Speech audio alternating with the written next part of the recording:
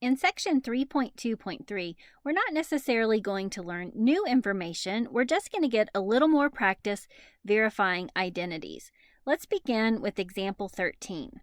Now, I'm going to choose to begin with the left side of this identity because it seems to have the most potential for simplification. I notice the cosecants in both the numerator and the denominator. Replacing those with their reciprocal identities may lead me to the sign expressions that I see on the right. So let's do just that. I'm going to replace both of those cosecant of y's with 1 over sine of y. I'm going to do this in the numerator and the denominator. Now, in doing that, we have created a complex fraction. So if we simply follow our algebraic intuition and simplify this complex fraction, that is, by multiplying the top and the bottom by sine of y, or you can think of it as sine of y over 1 in both the numerator and the denominator, then we can reduce the complex fraction. So I'm going to distribute sine of y to both of these terms. Sine of y times 1 over sine of y is 1, and sine of y times 1, of course, is sine of y. So we have replicated the numerator. Let's also distribute sine of y to each term in the denominator. 1 over sine of y times sine of y is 1, and negative 1 times sine of y is negative sine of y. So looking at the original expression on the right side, we have verified the identity. Let's try example 14. Now, to be honest, example 14 took me a couple of times to figure out a path from one side to the other. I started with the left side and played with it for a little while. I was unsuccessful in translating it to the other side, so I decided to work on the right side, tried a couple of routes. So what I want you to know is that when you're verifying an identity, you may not get it right the first time. We're going to get it right the first time together because we're working together, and again, I have sort of refined this process in order to present it to you. So as you're working your homework, perseverance is important. I found that starting with the right side allowed me to easily verify a path to the other side. So what I'm going to do is use a conjugate. We learned that technique, applying a conjugate to the numerator and the denominator, but we have to figure out which conjugate are we going to use. Again, you can experiment with it and keep practicing until you find a path to the other side. I discovered that applying the conjugate of the numerator was a surefire way to verify the identity. Now, there's not much in this original identity that would lead me to that. It honestly came by trial and error. Let's go ahead and insert our guiding parentheses here, and I'm going to FOIL both the numerator and the denominator. Working in the numerator, the product of the first two terms is sine squared of x. The outside and inside terms are going to cancel, and the last terms give us a product of negative cosine squared of x. When we FOIL in the denominator, the first terms have a product of sine squared. The outside and inside terms combine to give us negative 2 sine of x times cosine of x, and the last terms give us a product of cosine squared of x. Now, keeping a goal on the other side of our identity, I recognize this term appearing right here. Well, almost. They're in a little bit of a different order. We can switch those factors around and match it exactly. Also notice that on the extreme ends, we have sine squared of x plus cosine squared of x. That, according to our fundamental Pythagorean identity, is 1. So the denominator is looking pretty good.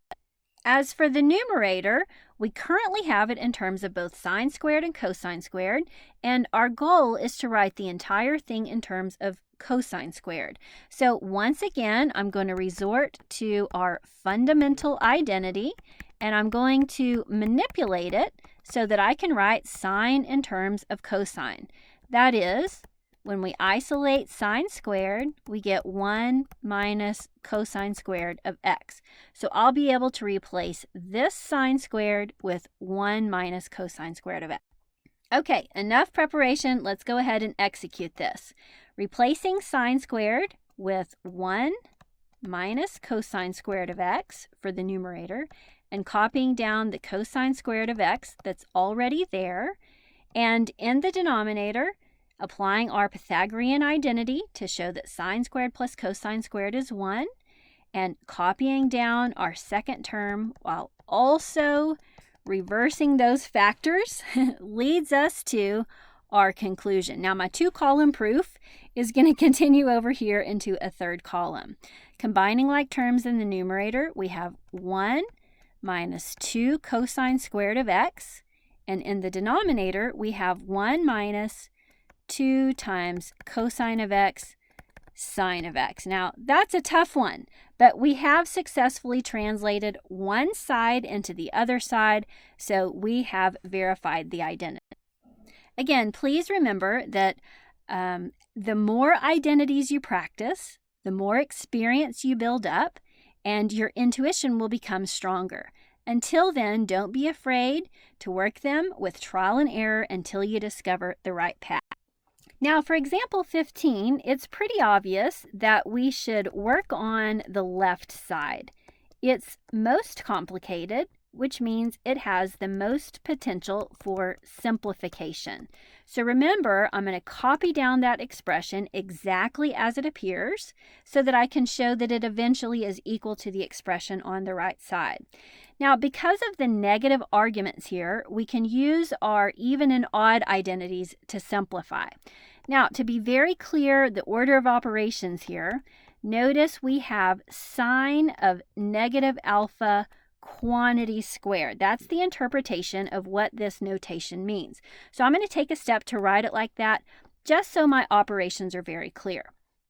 In the denominator, notice we have 1 minus sine of negative alpha. Because sine is odd, sine of negative alpha is equivalent to negative sine of alpha. Now, that change that I just made in the denominator, I'm also going to make in the brackets of the numerator.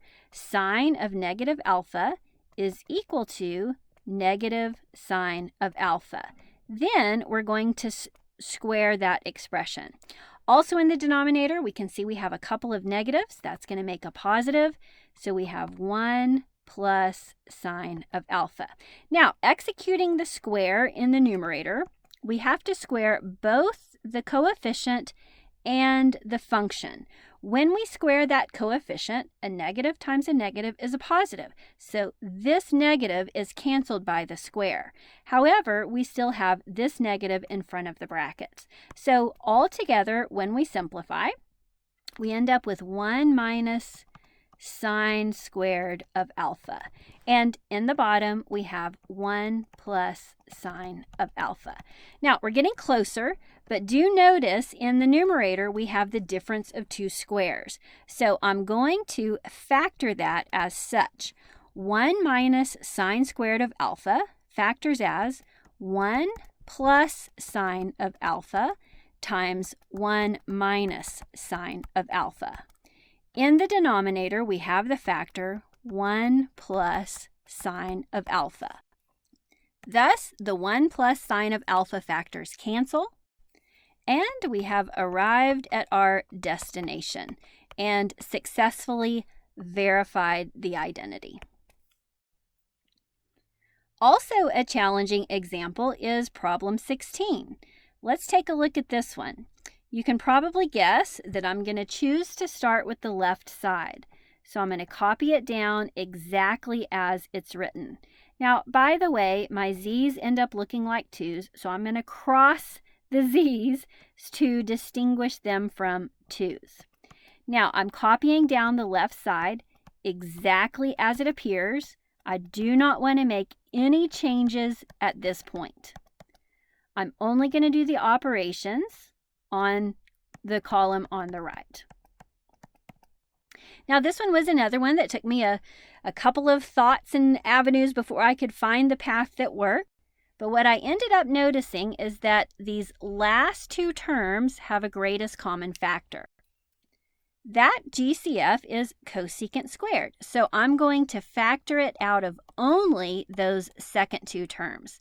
And I'm going to go ahead and take out a negative cosecant squared of z. When we take a negative cosecant squared of z out of this term, that leaves behind a 1.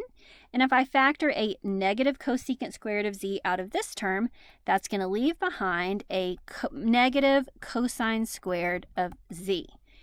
In the denominator, we have a cotangent squared of z that's just going to hang out for a few minutes.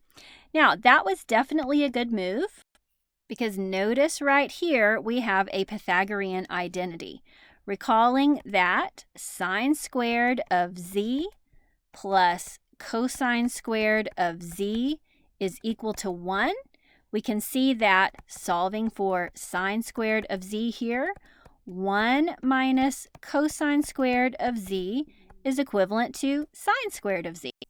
So we can replace that parenthetical element in the numerator with sine squared. We have secant squared of z minus cosecant squared of z times sine squared of z divided by cotangent squared of z. Now, as you become more familiar with your fundamental identities, your steps will get smoother and a little more efficient. Notice right here we have the product of a function and its reciprocal. The product of a function and its reciprocal, even when they're squared like this, is always 1. If you think of cosecant squared as 1 over sine squared, we have 1 over sine squared times sine squared, which is 1. So we can simplify the numerator a little bit further as secant squared of z minus 1 divided by cotangent squared of z. Notice another Pythagorean identity is evident in the numerator. We learned it in the form 1 plus tangent squared of z equals secant squared of z. Notice in our numerator we have secant squared of z minus 1. So if I subtract 1 from both sides of this equation, I can see that secant squared of z minus 1 is equivalent to tangent squared of z.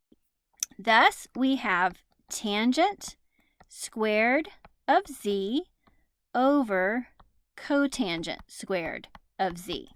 Now, our goal is to rewrite everything in terms of tangent. So I'm going to split up this fraction. Here's a step that when you get a little more comfortable with this, you can actually skip. But as we're learning, this is how you can think about it. Tangent squared of z divided by cotangent squared of z is the same thing as tangent squared of z times 1 over cotangent squared of z. Then you can see right here that you have the reciprocal of tangent.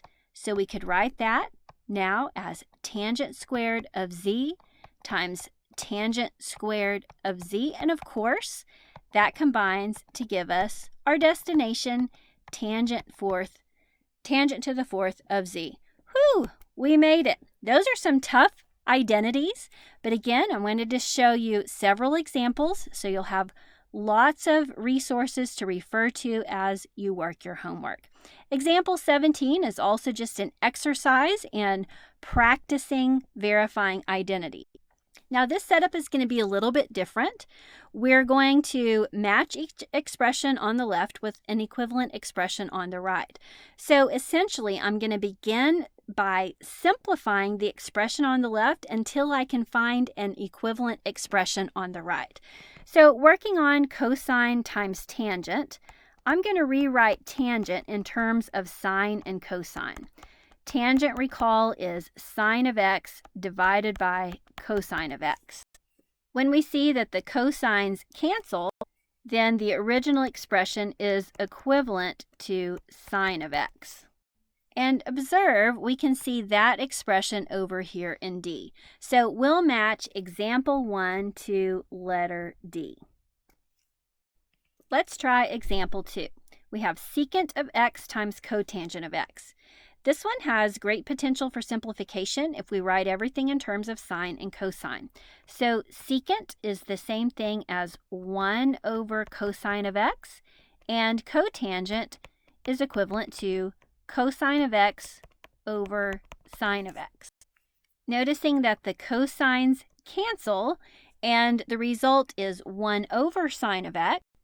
1 over sine of x is the same thing as cosecant of x. So glancing along our choices over here on the right side, notice we have cosecant of x here on option I.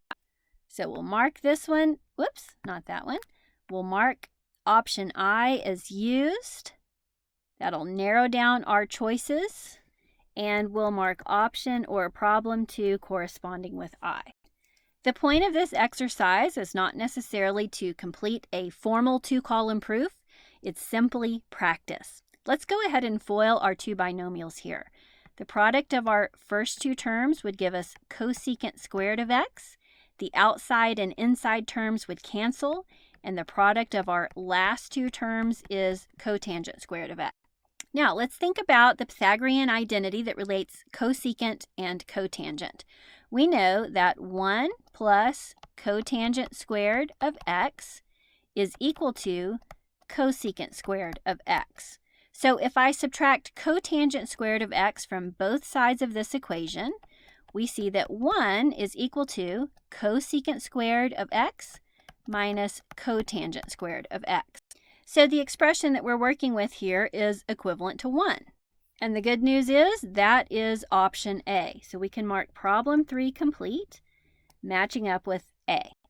Moving right along, problem 4, we have a fraction with a single term in the denominator. So this would be a great one to apply the technique where we split each term of the numerator over the denominator. So we'll write it as sine of x over sine of x plus cosine of x over sine of x. Now the first term's pretty easy. Clearly that's 1. Then we need to be able to recognize that cosine of x over sine of x is equivalent to cotangent of x. Scanning through our choices on the right side, looking for 1 plus cotangent of x, we've found it down here, option J. So we can mark 4 complete with letter J. For problem 5, the obvious thing we need to do here is FOIL. So the product of our first 2 terms is 1. Outside and inside terms cancel, and the last term is secant squared of x. Have you noticed that the Pythagorean identities are really useful and they pop up all the time? If you haven't memorized them yet, it's very important to do so. If we rearrange this Pythagorean identity by subtracting secant squared of x from both sides and tangent squared of x from both sides, we'll recognize that 1 minus secant squared of x is equivalent to negative tangent squared of x. And we have that as an option up here, letter B. So problem 5 goes with letter B. We have the opportunity again to practice our FOIL on problem 6. We have the first 2 terms with the product of cosecant squared. The outside and inside terms again cancel, and the last 2 terms have a product of negative 1. Now recall, we've already looked at the Pythagorean identity relating cosecant squared and 1, so we can take a peek at it up here in our work. Looking at the original form of the identity and matching the form that we have here, we could subtract 1 from both sides of this original equation, and we could see that cotangent squared of x is equal to cosecant squared of x minus 1. So we can replace the given expression with cotangent squared of x. And this is available as a choice on letter C. So you not only need to know the basic Pythagorean identities, but you need to be able to manipulate them and recognize them as they appear in any form. The key to doing that is to notice when you have the square of a trig function and a 1. Immediately start working with your Pythagorean identity. Looking at example 7, notice we have a fraction with 2 terms in the numerator and 1 term in the denominator. So here's an opportunity to practice the technique where we split up the numerator over the denominator. The first term, of course, reduces to 1, and we can work on this second term a bit. Notice we have a cosecant of x in the denominator. That's the same thing as 1 over sine of x. Because we have a complex fraction, we can simplify it by multiplying the top and the bottom by the same factor. That's going to cancel the denominator, and our expression, I'm going to move it over here, simplifies to 1 minus sine squared of x. Now, if we glance through the remaining option, it is not available. We don't have a 1 minus sine squared of x. So we're going to have to match it to one of these remaining options. 1 minus sine squared of x should remind us of our Pythagorean identity. Do we have that one listed? No, we don't have our fundamental identity listed. So we will write it down and manipulate it here. We know that sine squared of x plus cosine squared of x is equal to 1. So if I subtract sine squared of x from both sides of our fundamental identity, we can see that 1 minus sine squared of x is equivalent to cosine squared of x. And notice that is one of our options.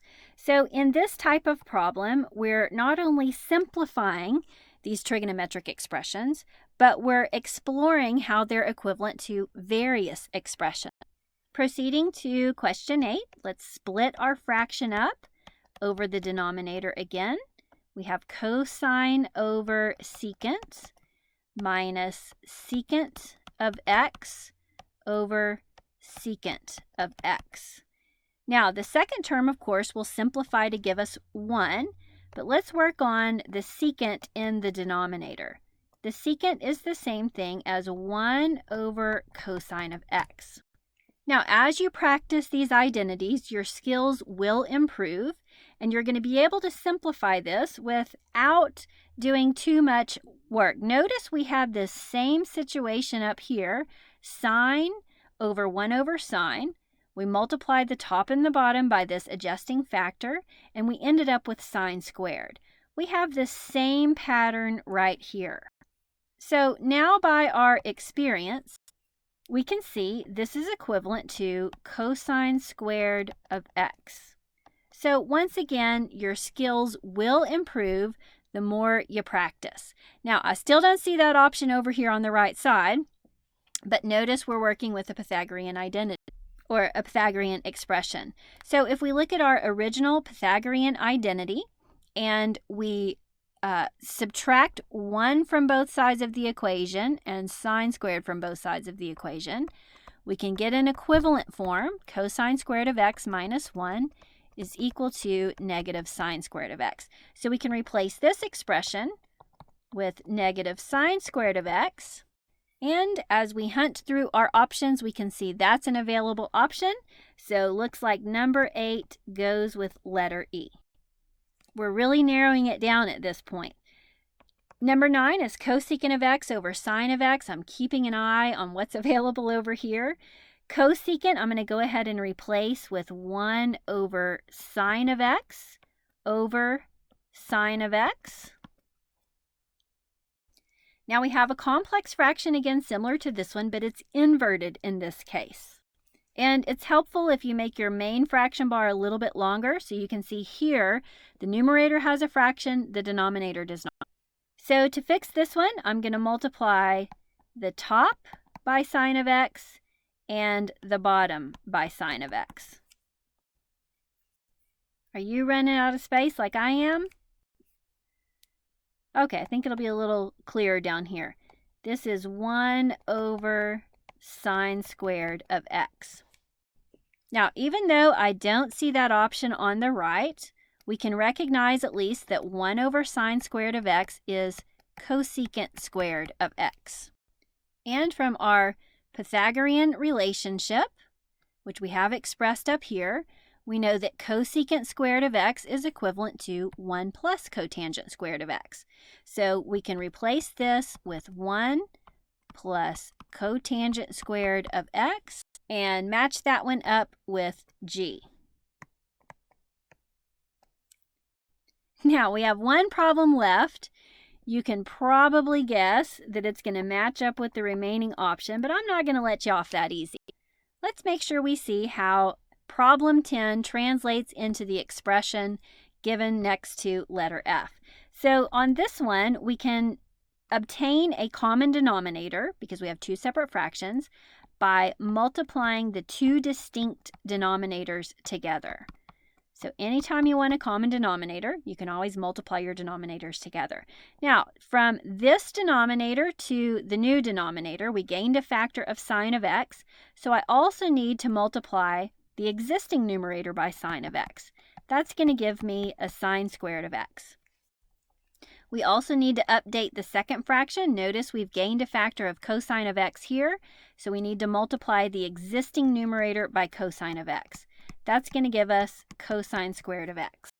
Hopefully you recognize our fundamental Pythagorean identity up there in the numerator. That is sine squared of x plus cosine squared of x is equal to 1. So we have 1 over the product of cosine and sine.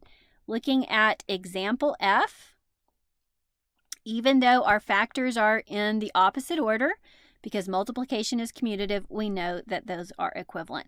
So in this section, again, we didn't learn a lot of new information. We simply practiced using the basic identities that we've learned and the skills, the techniques that we talked about in the previous video. I hope that you found this helpful.